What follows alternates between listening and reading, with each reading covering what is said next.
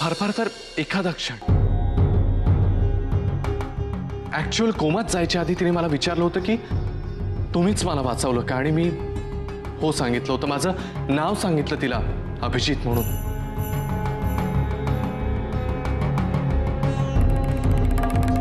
आणि जेव्हा मी तिचं नाव विचारलं तेव्हा तिची शुद्ध हरपली.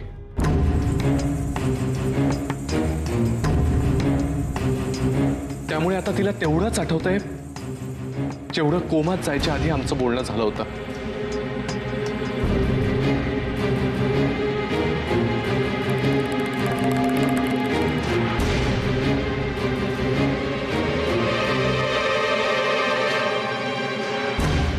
Thank God.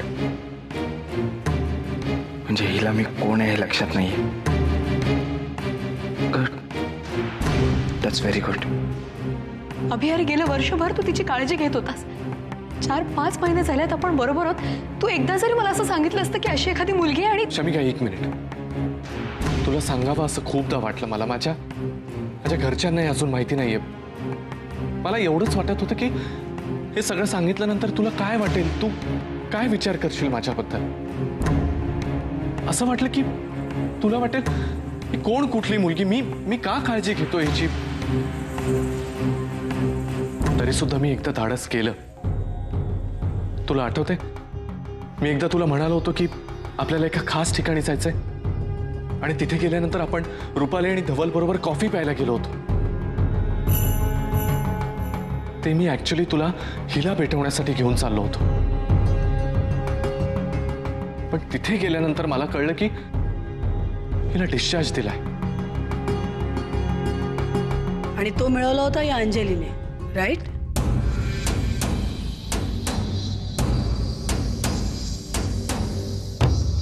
मला 4-2 दिवसांपूर्वीच कळलं की हिचं नाव मानसी आहे.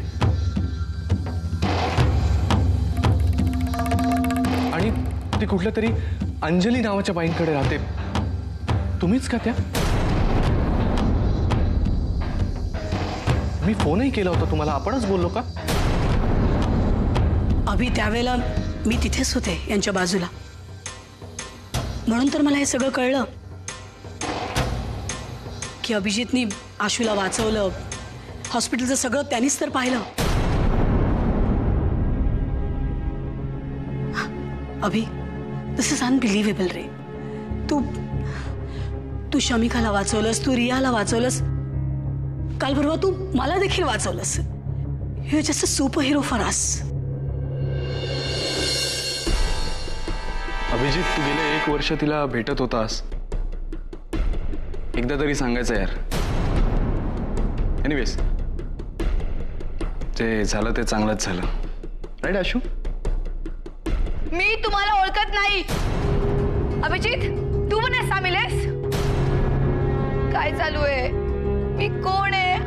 आशू, मानसी, काय?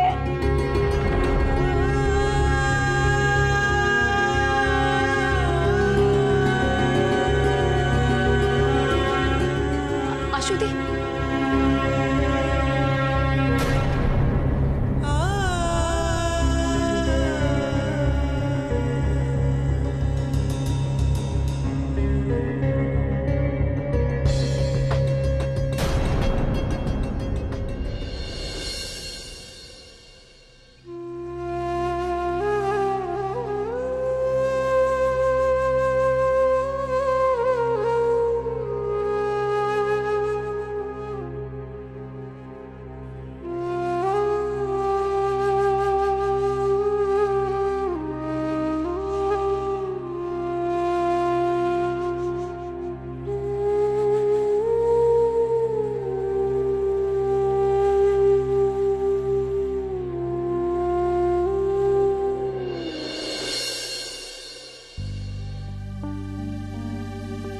काय म्हणाले डॉक्टर? अजून तरी काय नाही, चेक करतात.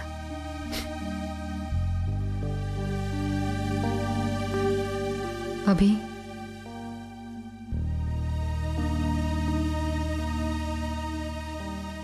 थँक्स.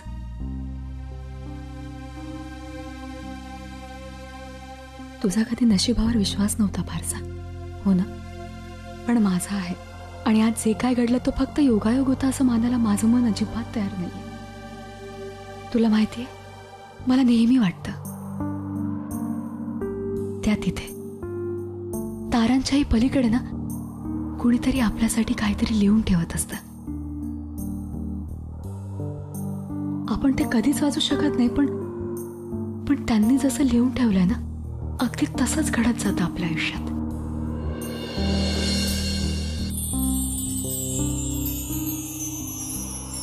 तू माझ्या आयुष्याशी इतक्या घट्टपणे आणि इतक्या वेगवेगळ्या धाग्यांनी बांधला गेलास ना की हे त्यांनीच लिहून ठेवलंय बहुधा. मामा म्हणाली तसं तू खरंच आम्हाला सगळ्यांना वाचवलंस. आमची आयुष्य आम्हाला परत मिळवून दिलेस आणि आमचे जीवलग सुद्धा. बघ ना, तू आणि मी भेटायच्या आधी तू आशुधीला भेटलास, तिला वाचवलंस, तिची काळजी घेत राहिलास. आणि आज जेव्हा आपण एकत्र येतो तेव्हा माझी आशुधी मला परत मिळाली. खरंच इतक्या कमी वेळात इतक्या सगळ्या गोष्टी मला मिळाल्यात ना की दिवाळीच्या आधी माझं आयुष्य उजळून निघालं, फक्त तुझ्यामुळे.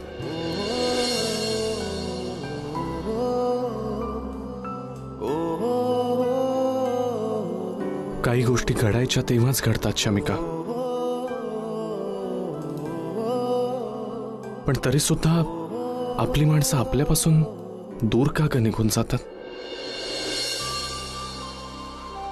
आज आत्या असायला हवी होती इथे, तिला खूप आनंद झाला असता. मी फार मिस करतोय का तिला.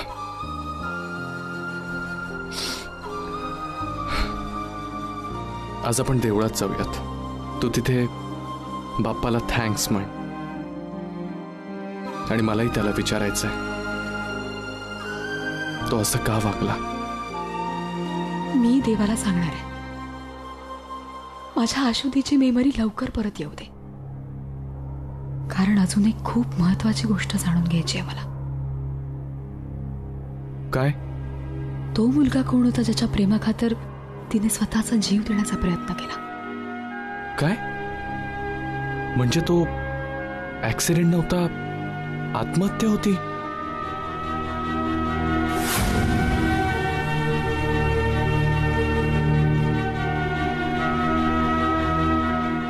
हे सगळं काय शमिका? आहे असंच काहीतरी. एका मुलाने प्रेमात छिडकारलं म्हणून आशुधीने आत्महत्येचा प्रयत्न केला. तिने सुसाईड नोट लिहून ठेवली होती, पण त्यात त्या मुलाचं नाव नव्हतं. कोण असेल तो मुलगा? नशीब त्या आशूला काही आठवत नाहीये. तुझ्याबद्दल जर काही आठवलं असतं तर या क्षणी तू खडी फोडायला गेला असतास. I know. तिची मेमरी परत कधीच नाही आली पाहिजे. म्हणजे तुमचं म्हणणं आशुधीची मेमरी कधीच परत येणार नाही? नाही, तसं नाही. परत येईल, पण कधी ते सांगता येणार नाही. अभिजित कोण आहे? मी आहे डॉक्टर. तिच्या ऍक्सिडेंट नंतर तुम्ही भेटला होतात किंवा तिची मेमरी लॉस होण्याच्या आधी काही क्षण भेटला होतात, त्यामुळे तुमचंच नाव तिच्या लक्षात आहे. तिचा तुमच्यावर खूप भरोसा आहे, त्यामुळे प्लीज बी हिअर. त्यांची काळजी घ्या. सर, दुसरा कुठलाच उपाय नाही आहे का? म्हणजे दुसरी एखादी ट्रीटमेंट वगैरे आहे? Family support is a best medicine. Plus आपण हिप्नोथेरपी सुरू करतो आहोत, त्यामुळे पेशंटला जुनं सगळं आठवायला लागेल. ठीक आहे? ओके, म्हणजे हे सगळं लगेच सुरू करता येईल ना ट्रीटमेंट आपल्याला? हां, बेसिक ट्रीटमेंट आपण सुरू करू. जास्त ताण त्यांना देता येणार नाही. काळजी करू नका, त्या बऱ्या होतील. Thank you doctor. Take care. काही असेलच तर फोन करा.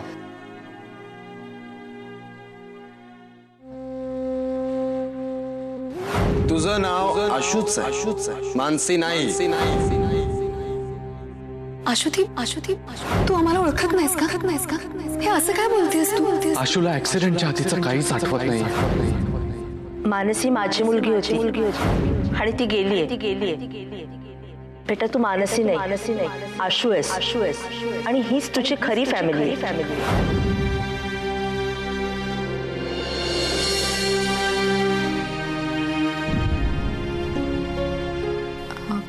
आशुधी,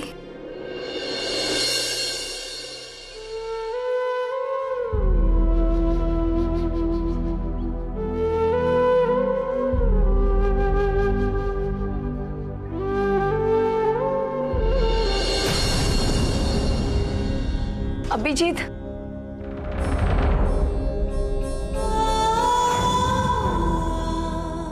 आशुदी, हे बघ मी तुझ्यासाठी काय आणलंय, तुझं फेवरेट ज्यूस.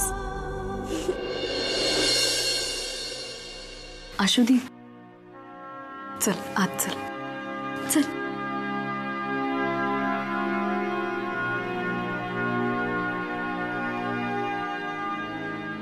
बस बस बस, हे घे. आशुदी, तुला आठवत आहे आपल्यात ना पूर्वी कॉम्पिटिशन लागायची, कोण मॅक्झिमम ग्लासेस ज्यूस पिता यायचे, आणि नेहमी तूच जिंकायचीस, हो ना शमी? हो, इनफॅक्ट मी आणि रिया जितके ग्लासेस ज्यूस प्यायचो ना तितकी तू एकटी संपवायचीस आणि जिंकायचीस. सॉरी, पण मला काहीच आठवत नाहीये.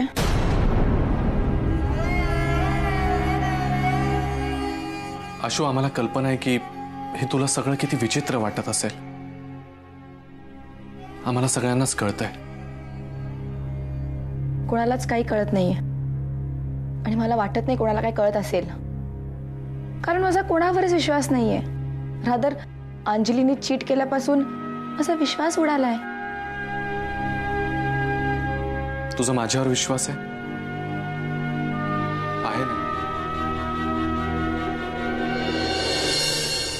मग मी जे सांगतोय ते लक्षपूर्वक ऐक. तुम्ही सगळे न्यू जर्सीला राहायचात.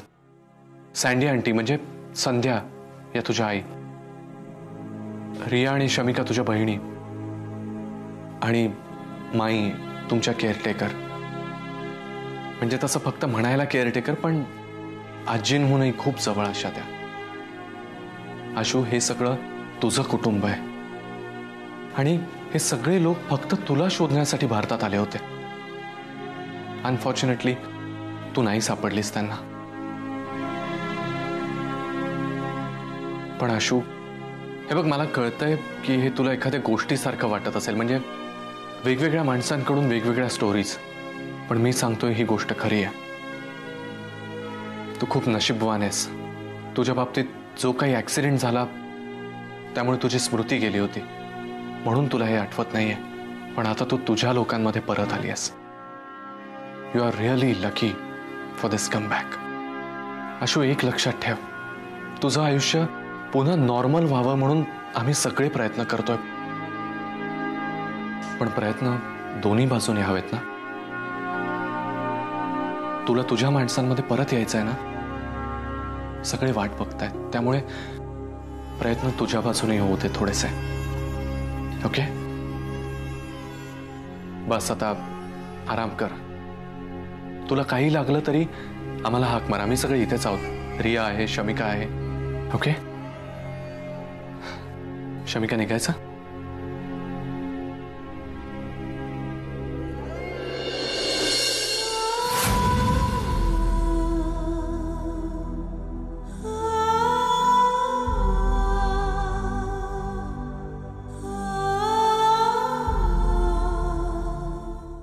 सकाळी दूधवाला आला त्याच्या बरोबर आलीस तू. त्याच्या बरोबर म्हणजे? आजी, अगं मी काय त्याच्या सायकलवर डबल सीट बसून नाही आलीये. काय बोलतीये मेघना? फक्त तुला यायला पहाट झाली एवढंच म्हणतात त्या. उलट लवकरच आली आई मी आज. उद्यापासून सूर्य उगवण्याच्या आत तर मी काय घरात येत नाही. आई, आजी, अगं मी रात्रभर काय पार्ट्या करत बसले नव्हते तिथे. मान मोडून कामं करत होते. पण दिवसा मान मोडून काम करू नको असं सांगितलंय का कुणी? अशा अघोरी वेळेला कशाला काम करता तुम्ही? आजी, तुला नाही कळणार. कसं नाही बघ, आमचे क्लायंट्स जेव्हा आम्हाला फोन करतात ना तेव्हा त्यांच्या देशात दिवस असतो आणि आम्हाला त्यांच्या वेळेप्रमाणे कामं करावी लागतात. म्हणून आमचे हे टायमिंग्स आहेत. अगं आई बापांना घोर लागतो गो जीवाला. तुम्ही आई बाप व्हाल ना तेव्हा कळेल तुम्हाला. ओ गॉड, तुमचे इमोशनल फंडे. आई, हे सगळं बोलून ना तुझा मुद्दा प्रूव्ह होणार नाहीये, कारण इमोशन्सला सुद्धा जरा लॉजिक असावं लागतं. आई, आजी, मेघना जे काही म्हणते त्याला त्याला माझा पूर्ण सपोर्ट आहे.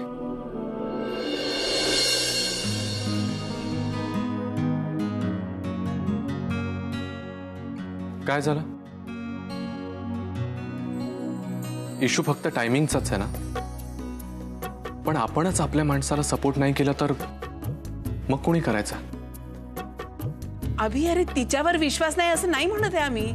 फक्त जगावर विश्वास ठेवायचे दिवस आता राहिले नाहीत एवढंच वाटतंय. आई, अगं रिस्क कुठे नसते. जे वाईट घडायचंय ते घडतंच ना. मेघना, माझा तुझ्यावर पूर्ण विश्वास आहे की दिलेल्या फ्रीडमचा तू गैरफायदा घेणार नाहीस. हे बघ, एक मित्र, फिलॉसॉफर आणि हवंच असेल तर तुझा गाईड म्हणून मी बोलतोय. ओके आई, आणि मी बाबांशी बोलेन. थँक्स.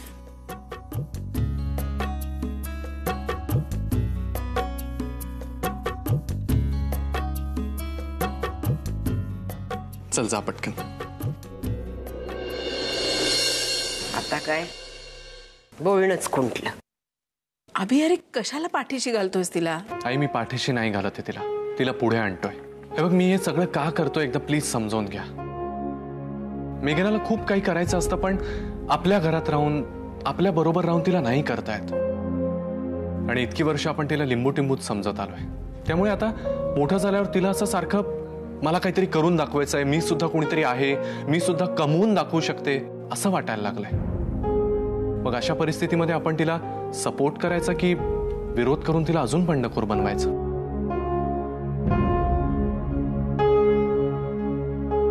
पटतंय का मी काय बोलतोय ते?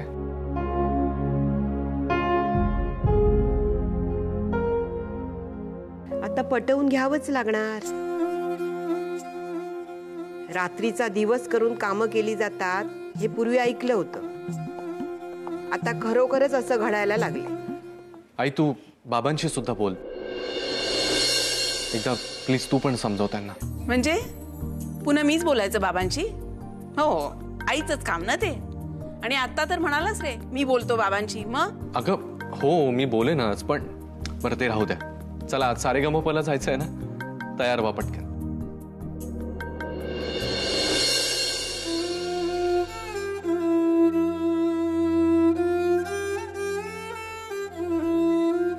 काय झालं? सकाळी सांगितलं होतं ना तुला? हो रे, तू बोलला होतास. पण काय ना, नीनावांचं गेल्यापासून कुठे जावंसच नाही वाटत आहे अभि. नाही, मला माहितीये कार्यक्रम खूप छान आहे पण खरंच नाही वाटत रे. आई, आजी, असं करून कसं चालेल? इतका सुंदर सुरेल कार्यक्रम आहे, तुम्हाला मुद्दाम द्यावं म्हणून मी पासेस आणले. अरे कार्यक्रम दृष्टी लागण्यासारखाच आहे रे, पण माझ्या लेकीला सुद्धा दृष्टच लागली.